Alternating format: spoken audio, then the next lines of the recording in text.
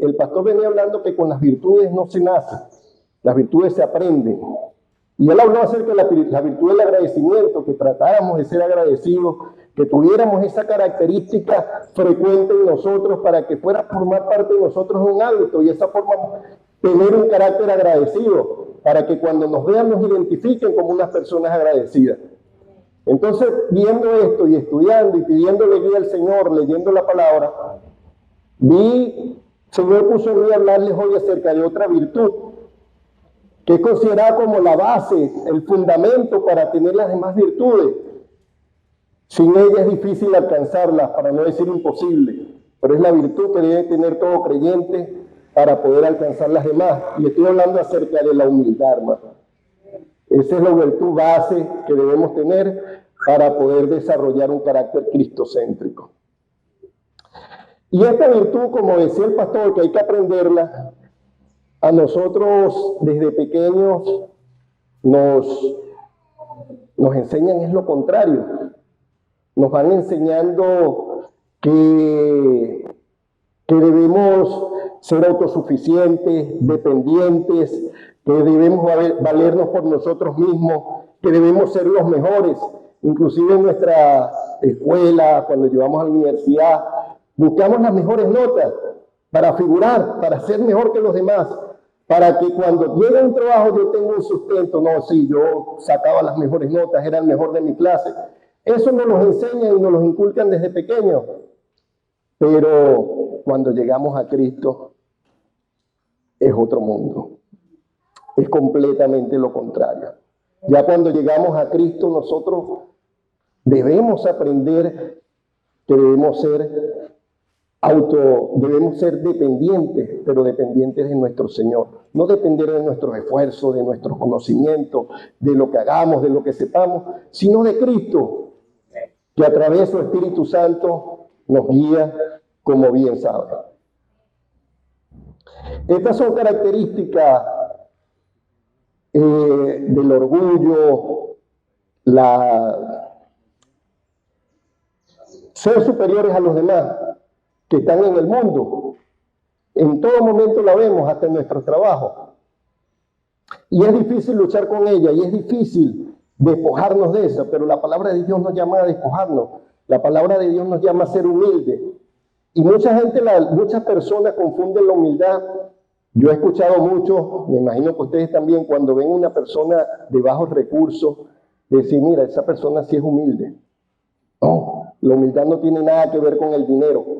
La humildad forma parte del ser, no del dinero que puedan tener las personas. Hay personas que tienen mucho dinero y son humildes, son difíciles.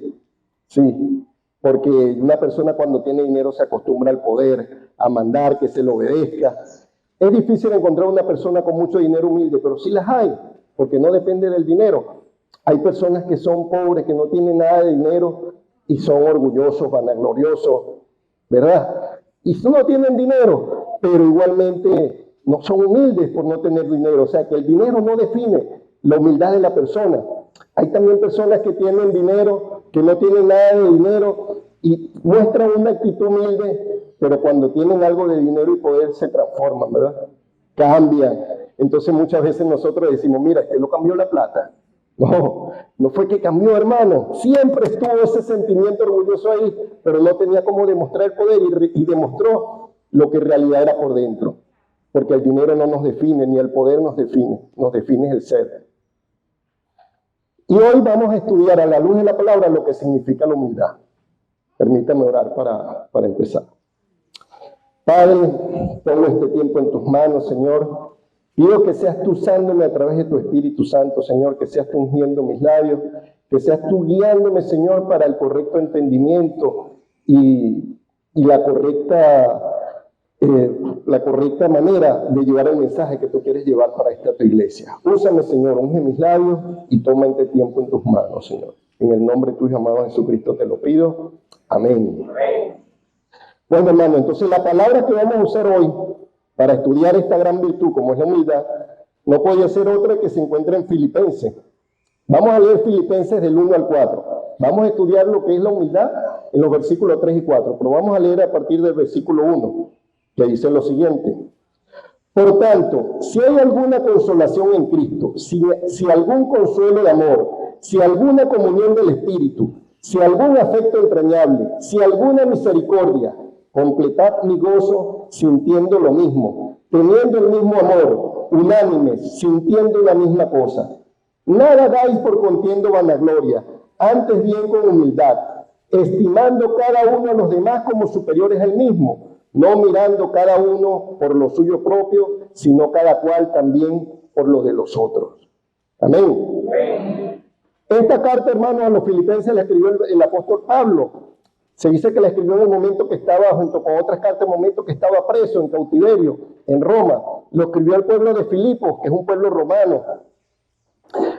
Y él fundó esa iglesia junto con sus colaboradores en su segundo viaje misionero, estuvo compartiendo con ellos. Se nota a través de la carta el profundo amor y respeto. Cuando leemos la carta completa de Filipenses, podemos apreciar el amor con que Pablo se expresa en esta carta. Inclusive vemos la diferencia que hay con otras cartas, donde es radical con la doctrina. En esta carta no, Pablo es una persona más amorosa, más allegada.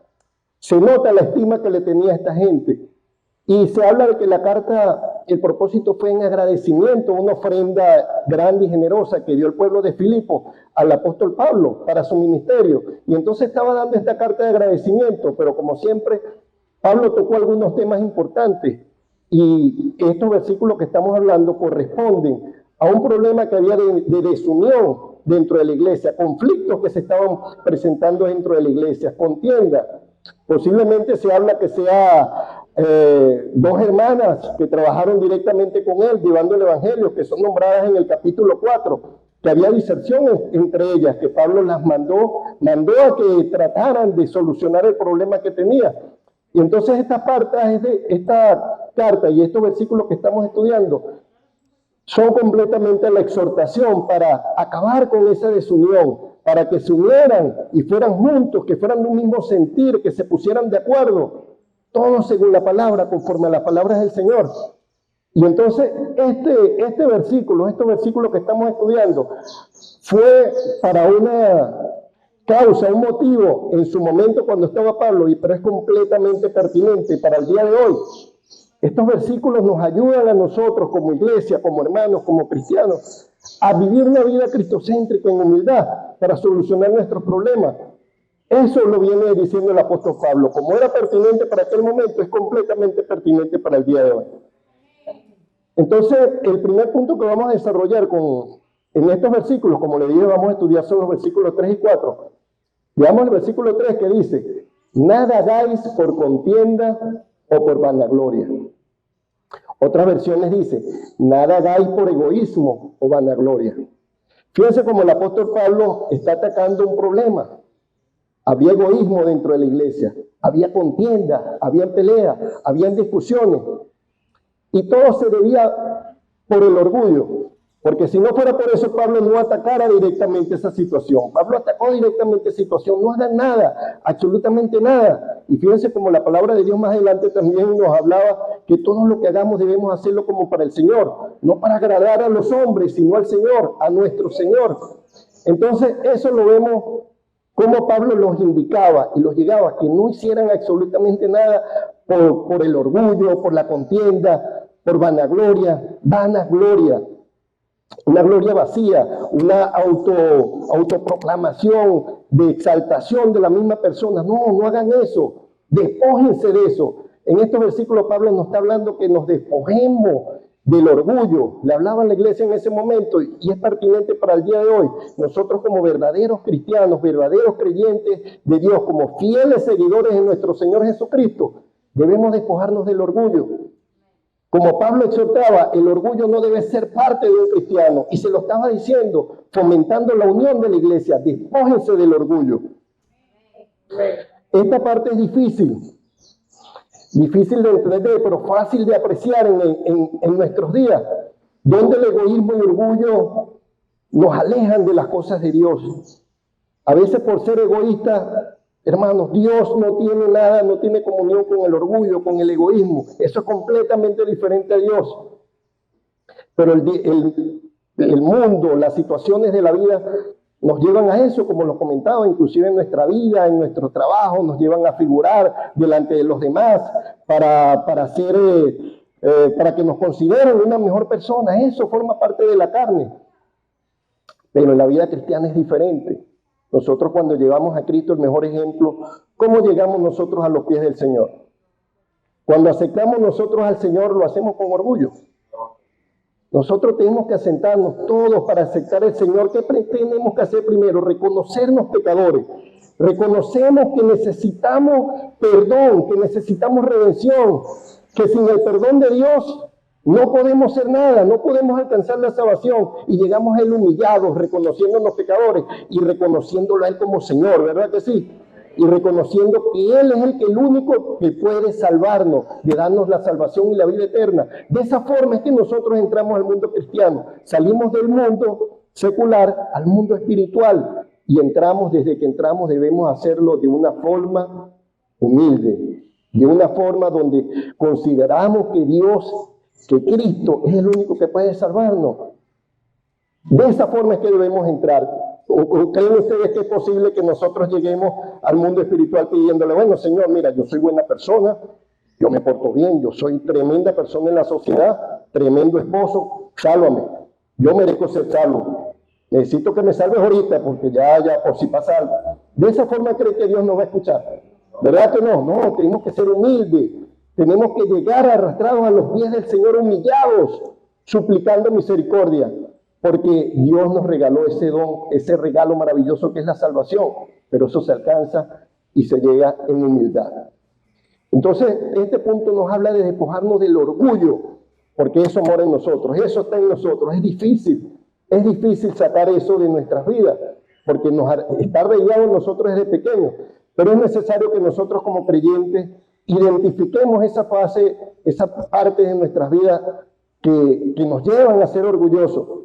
Y espero que, bueno, igual que yo fui ministrado con este mensaje, con muchas fallas que tengo, ustedes también se han ministrado.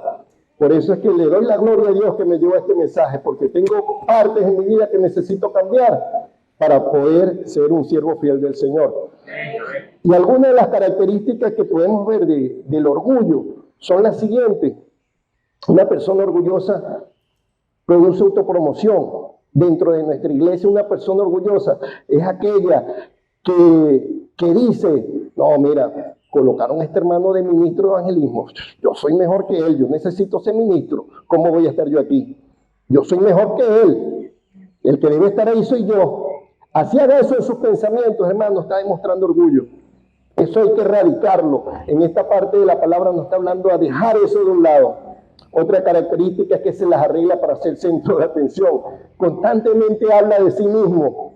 Cuando vemos una persona que siempre está interesada en llamar la atención, que habla de sí mismo, no se preocupa por escuchar a los demás, llega uno a hablar con él y se enfoca a decirle sus problemas y no escucha al otro. Eso es orgullo, hermano. Tenemos que desechar eso de nuestras vidas. Otra característica es que es hipercrítico, escaso en la alabanza. Muchos somos que vemos lo malo, vemos todo lo malo que está hablando y comentamos con el hermano, mira, esto se está haciendo mal, estamos haciendo esto mal. Mira, aquella persona se está equivocando. Criticamos absolutamente todo, pero no fomentamos a decir y mostrar lo bueno que hay dentro de nuestra iglesia. Nos enfocamos puro en lo malo. Y eso también representa orgullo. Eso también representa una característica que debemos alejar de nosotros. También decimos que puede ser que autodefensivo, justifica con otros sus errores y fracasos. Eso lo vemos en el mundo secular, desde nuestras vidas, bueno, desde el origen, con Adán, ¿no? La mujer que me diste. Nosotros nuestra naturaleza nos obliga a no aceptar nuestros errores y echarle la culpa a otro. Cada vez que nos llaman la atención, no lo hice, yo quería hacerlo y lo estaba haciendo bien, pero vino este hermano, me ayudó y me echó a perder la broma y fallé por él. Eso es orgullo. Nosotros debemos aceptar con humildad nuestros errores y aprender de nuestros errores y mejorar, porque para eso son los errores. Siempre vamos a cometer errores y fracasos, pero eso tiene que servirnos de puente para salir adelante. Esas son características que podemos encontrar de orgullo que nosotros debemos despojar de nuestras vidas como nos manda la palabra. El egoísmo, mi hermano, que es completamente diferente a la humildad, es la raíz del pecado. El egoísmo es insensible a los demás, no sé de su punto de vista, siempre tiene la razón y se irrita cuando le llaman la atención o le dicen que está equivocado. Una persona orgullosa es sensible a eso. Debemos evaluar nuestras vidas si somos así y entregar esa carga y ese problema al servicio del Señor para que nos los cambie. El egoísmo provoca envidia. A veces nosotros, y muchas veces este sentimiento no se dice, pero se siente en el corazón. ¿Y quién es el que conoce los pensamientos del corazón? Dios. ¿Habrá algo que nosotros podemos esconderles al Señor? No. Entonces, nadie más que nosotros sabe si se produce un sentimiento de envidia. Y esas son cargas que tenemos que ponerlas al Señor. Señor, ayúdame. Quita eso de mi vida. Apártalo. Y si hacemos eso un hábito, lo vamos a lograr.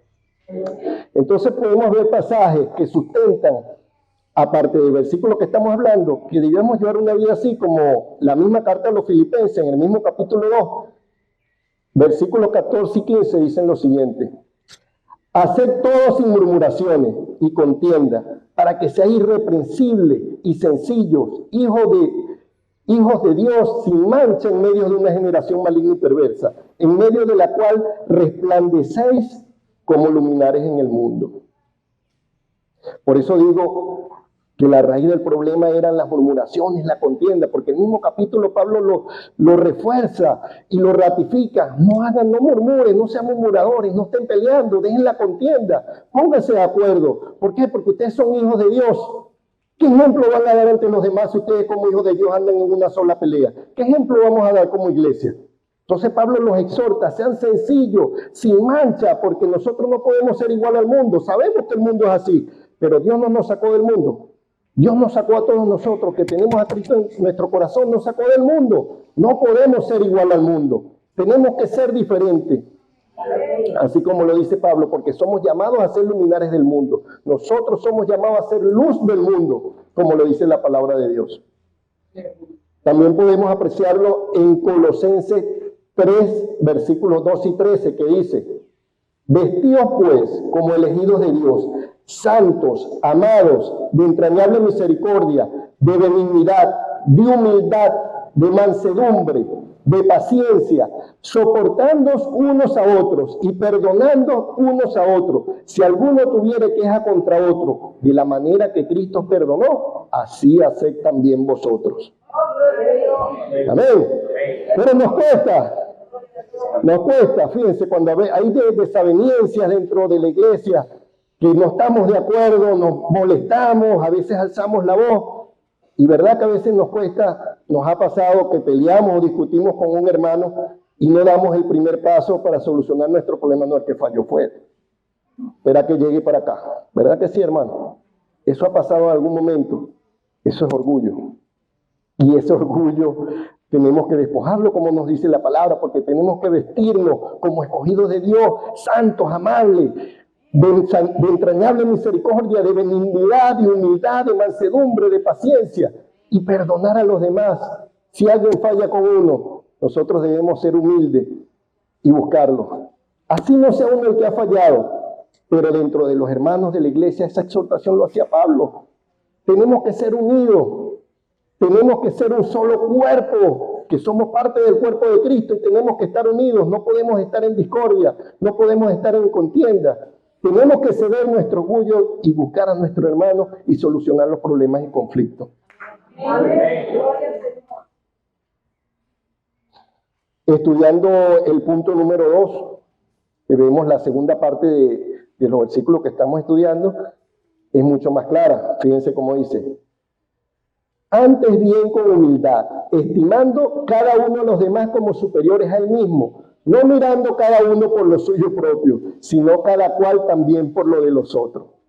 La definición bíblica de la humildad. La palabra de Dios nos da la definición física, la definición de lo que es la palabra humildad. ¿Cómo debe ser una persona humilde? Fíjense, estimando cada uno a los demás como superiores al mismo, no mirando cada uno por lo suyo propio, sino cada cual también por lo de los otros. Así es que Pablo exhorta que debemos ser una persona humilde, nos dio la definición de la humildad. Vean otra versión que lo dice un poco más claro. Y dice, no hagan nada por orgullo o solo por pelear. Al contrario, hagan todo con humildad y vean a los demás como mejores a ustedes mismos. Nadie busca el bien solo para sí mismo, sino para todos. Está un poco más claro, ¿verdad que sí? Eso es la exhortación que nos dice Pablo. Esa es la exhortación que nos está dando. Cuando nos habla de que considerar a los demás más importantes que a nosotros mismos, nos está diciendo que tengamos esa capacidad de entender cuando tengamos una disputa, un problema, una contienda. No decir, no, yo soy lo mejor aquí, yo tengo más años en la iglesia que el hermano que está discutiendo conmigo, lo que diga yo es lo que vale. No, Pablo te está diciendo, escucha su situación, por su problema, ponte en sus zapatos, ve la situación por la que está pasando, lo que plantea y piensa primero en lo que está diciendo la persona o el grupo de personas y considera lo más importante lo que tú piensas. Después que evalúes lo que piensa la persona, reevalúa lo que tú piensas, pero que esté a prioridad lo que ellos piensan primero. No contienda, evalúa, analiza, pon a esa persona como si estuviera por encima de tu nivel y llega a un acuerdo que puede ser tuyo o de él, pero tiene que ser en base a la palabra de Dios, en armonía. Eso es lo que nos habla Pablo cuando consideremos a los demás como más importantes que nosotros mismos. Que pongamos las necesidades, los pensamientos de las otras personas primero que los de nosotros, no para cambiar nuestra forma de ser, si en realidad a la luz de la palabra tenemos la razón, sino para tomar en cuenta su posición y en base a su posición fijar nosotros la nuestra que sea en comunión. Amén. A la hora de tomar decisiones no es pensar solamente en qué forma me beneficia, en qué forma me conviene a mí. No solamente pensar en eso, porque eso es lo que la mayoría, como hemos dicho, en el mundo lo que aprendemos es eso, vamos a tomar esta decisión, pero mira, esto no, si hago esto me va a perjudicar. Pablo nos dice que no pensemos solamente en lo que nos beneficia o lo que nos ayuda a nosotros, o lo que nos perjudica a nosotros, sino debemos pensar y tomar decisiones en base a de que si yo tomo esta decisión va a perjudicar a mi hermano. ¿De qué manera va a perjudicar a mi hermano? ¿De qué manera va a beneficiar a mi hermano? Pensar en las necesidades del otro. Considerar a cada uno de los demás como superiores al mismo. No mirando cada uno por lo suyo propio, sino cada cual también por lo de los otros. O sea, debemos mirar por las necesidades de los otros, de las necesidades de nuestros hermanos en la iglesia, antes de las necesidades nuestras. La situación actual de nuestro país, la lucha, sabemos que estamos en momentos difíciles, problemas económicos. Eso es normal y es bien sabido por todos, ¿verdad que sí? Y cuando nosotros estamos en una situación luchando en el día a día por mantener las necesidades de nuestro hogar y cumplir con los compromisos de nuestros hijos, buscando cómo producir, en qué invertir, cómo producir más dinero para cubrir las necesidades, para ser un buen proveedor de nuestra casa, esa necesidad nos lleva más a pensar a nosotros mismos, ¿verdad? Que mirar la necesidad del otro. No, yo necesito cubrir esto en mi casa. Y a veces entonces tengo algo y veo una necesidad. No, pero es que si lo doy de completo para cubrir esta parte en mi casa. Pablo nos dice que debemos pensar en las necesidades de los otros. Debemos velar por las necesidades de los otros. Nosotros como buenos hermanos creyentes debemos estar pendientes de los hermanos que tienen necesidad. Porque uno dice que tiene necesidad, pero no le falta comida en el hogar. De repente tiene una necesidad de otra cosa, que no es primaria, pero hay un hermano que necesita alimento, que es un sustento para él, para su familia. Debemos ser despojarnos de eso y ayudar al hermano. Y eso que nosotros tenemos, ponerlo en un segundo plano, si nosotros tenemos el sustento básico cubierto, por supuesto. Pero es mirar eso, es mirar las necesidades de los demás antes de las necesidades nuestras. Poner prioridad a los hermanos. Especialmente hablando en el contexto que estamos hablando, que es nuestra iglesia. Yo le doy la gloria a Dios y le doy las gracias a Dios, porque aquí hay hermanos que yo conozco, que me han manifestado personalmente a mí, que están viviendo con problemas, aun cuando tienen buena posición, tienen negocios, están teniendo problemas económicos, no tienen suficiente de repente para cubrir sus necesidades básicas, pero quieren ayudar a su familia y no pueden porque están limitados. Dentro de la iglesia yo he escuchado hermanos, pero son hermanos que cuando hay una necesidad en la iglesia, los ministros los primeros que llaman es a ellos. Y le dan respuesta.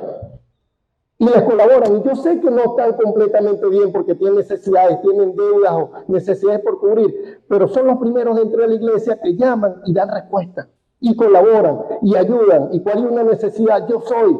Son hermanos que manifiestan esa virtud y esa necesidad que estamos hablando el día de hoy, que están poniendo las necesidades del otro por encima de los de él.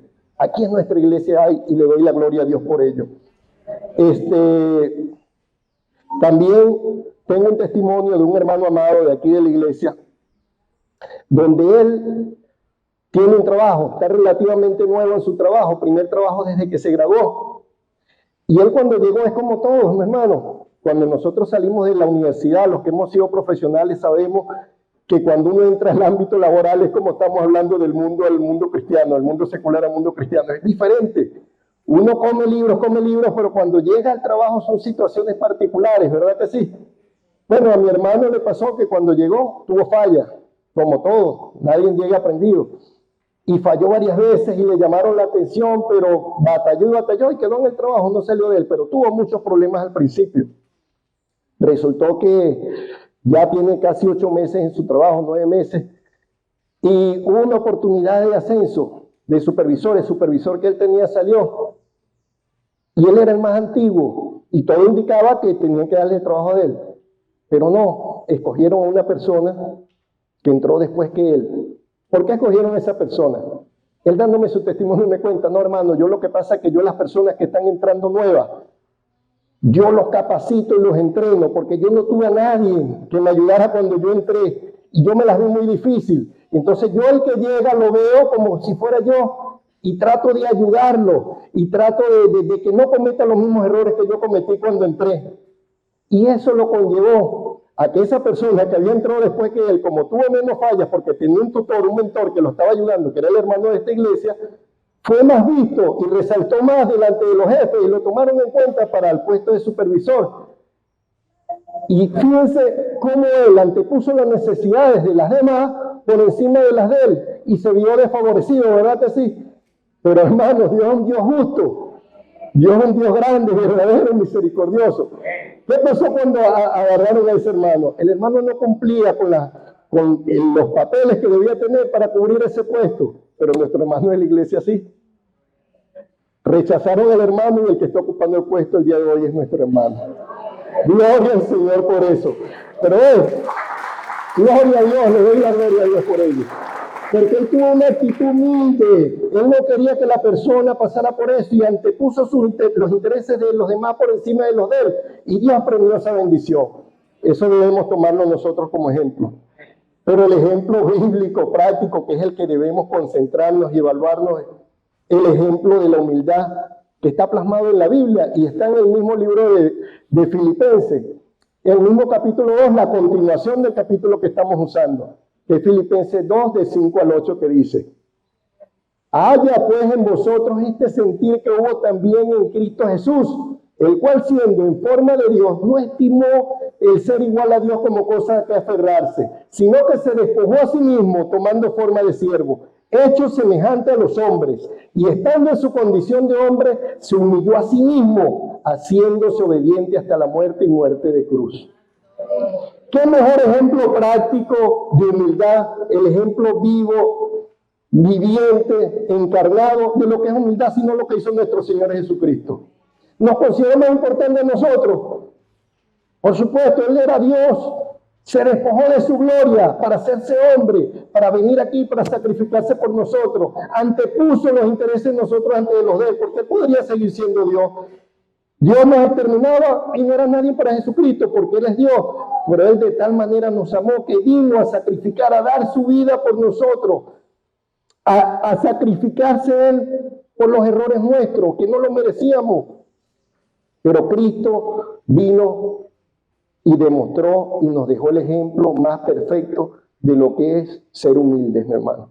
Y eso se los decía el apóstol Pablo. Si eso lo hizo Cristo, si Cristo siendo Dios se despojó, tú porque seas diácono, porque seas ministro, porque seas pastor, no tienes capacidad de despojarte y considerarlo a tus hermanos, las decisiones de tus hermanos, de poner los intereses de tus hermanos por encima de los tuyos. Lo hizo Cristo siendo Dios. No podemos hacerlo nosotros que somos unos simples mortales. ¿Verdad que sí podemos, hermanos? Sí podemos con la ayuda del Espíritu Santo. Por esto Pablo exhortaba a la iglesia a ser humilde, porque Dios fue humilde por amor a nosotros. Entonces podemos decir y hablar que una persona humilde es capaz de demostrar modestia, ser modesto, dejar de lado el yo, el yoísmo, el egoísmo, para preocuparse por los demás.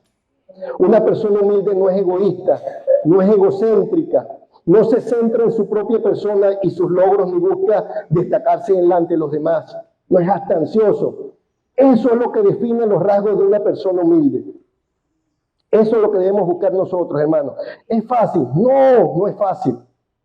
¿Nosotros podemos en nuestra fuerza? Muy difícil. Yo creo que no, por no decir imposible. Pero vean lo que dice el versículo 1 que leímos anteriormente. Hay 5 sí condicionales que demuestran que tenemos la condición para aprender y vivir externamente la manera que se refleja en la realidad interna que hay en nosotros a través del Espíritu. Esos 5 sí condicionales con que comenzó Pablo el capítulo 2, ¿cuáles son? Por tanto, si hay alguna consolación en Cristo, si algún consuelo de amor, si alguna comunión del Espíritu, si algún efecto entrañable, si alguna misericordia, si hay algo de eso, hermano, entonces ¿qué le dice? Despójate del orgullo y sé humilde. Si hay eso, algunos eruditos y escritores de la palabra y teólogos estudiando he revisado que dicen que estas sí condicionales del hebreo al español, una mejor traducción no sería así, sino ya que. Hablan de eso, yo no conozco del griego, del hebreo, pero los que estudiosos hablan de eso, que esa palabra que lo toman como un sí condicional, la puede mejor traducir al español, es ya que. Entonces no sería un sí condicional. Bien eso. Si cambiamos el sí por el ya que, diría, ya que hay alguna consolación en Cristo, ya que algún consuelo de amor, ya que alguna comunión del Espíritu, ya que algún efecto entrañable, ya alguna misericordia, ya que tú tienes eso en ti, le dice Pablo a la iglesia, despójate del orgullo y sé humilde.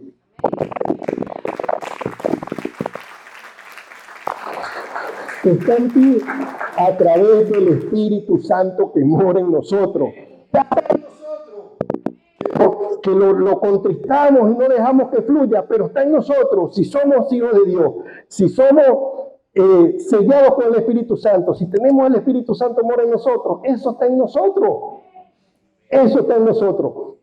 Quería hacer un énfasis, o sea, hacer algo que me llegó cuando estaba preparando esta situación del Espíritu Santo, y fue una acción de gracia, lo digo públicamente porque el hermano Posada dio la acción de gracia aquí el día martes que estábamos, donde él comentaba, nos estaba comentando que él el día viernes que tuvimos la vigilia, él vino de su trabajo salió directo para la vigilia, y estuvo toda la noche aquí en vigilia, hasta las 6 de la mañana, y resultó que cuando llega a su casa, no cargaba carro, lo llevaron, llegó cansado a su casa para buscar manera de descansar. La puerta estaba cerrada, no podía entrar. Yo le recomendé que buscara un cerrajero, pues no sé por qué. Pero no, me dijo, no, lo que pasa es que me trancaron por dentro, yo tenía las llaves. Entonces, él dice, nos comentaba que en otras circunstancias, en otras situaciones, él se fuera molestado mucho, porque, concha, la mujer no va a saber que estuvo trabajando, que viene una vigilia, que va a llegar temprano y va a llegar cansado, tiene que estar pendiente. ¿Verdad que si en otra situación se fuera molestado mucho? ¿Verdad? Pero él dijo, no, hermanos, le doy la gloria a Dios porque yo no me molesté. Yo tomé eso con humildad, lo tomé de esa forma y no me molesté. Pero entonces si nosotros evaluamos a la luz de la palabra, ¿qué pasó allí? Bueno, por lo que dijo el hermano, debe ser una persona iracunda que se molesta en situaciones como esa. Es asumible, ¿verdad? Pero el hermano venía de pasar toda una noche orándole al Señor. El hermano venía una noche leyendo la palabra, fortaleciendo el espíritu. Por lo tanto, cuando llegó a esa situación de prueba con su esposa, ya el espíritu lo tenía dominadito. No, mi amor, discúlpame más bien por despertarte. ¿Por qué? Por el espíritu que mora en él. Lo fortaleció por una noche de vigilia. y floreció eso ante los demás.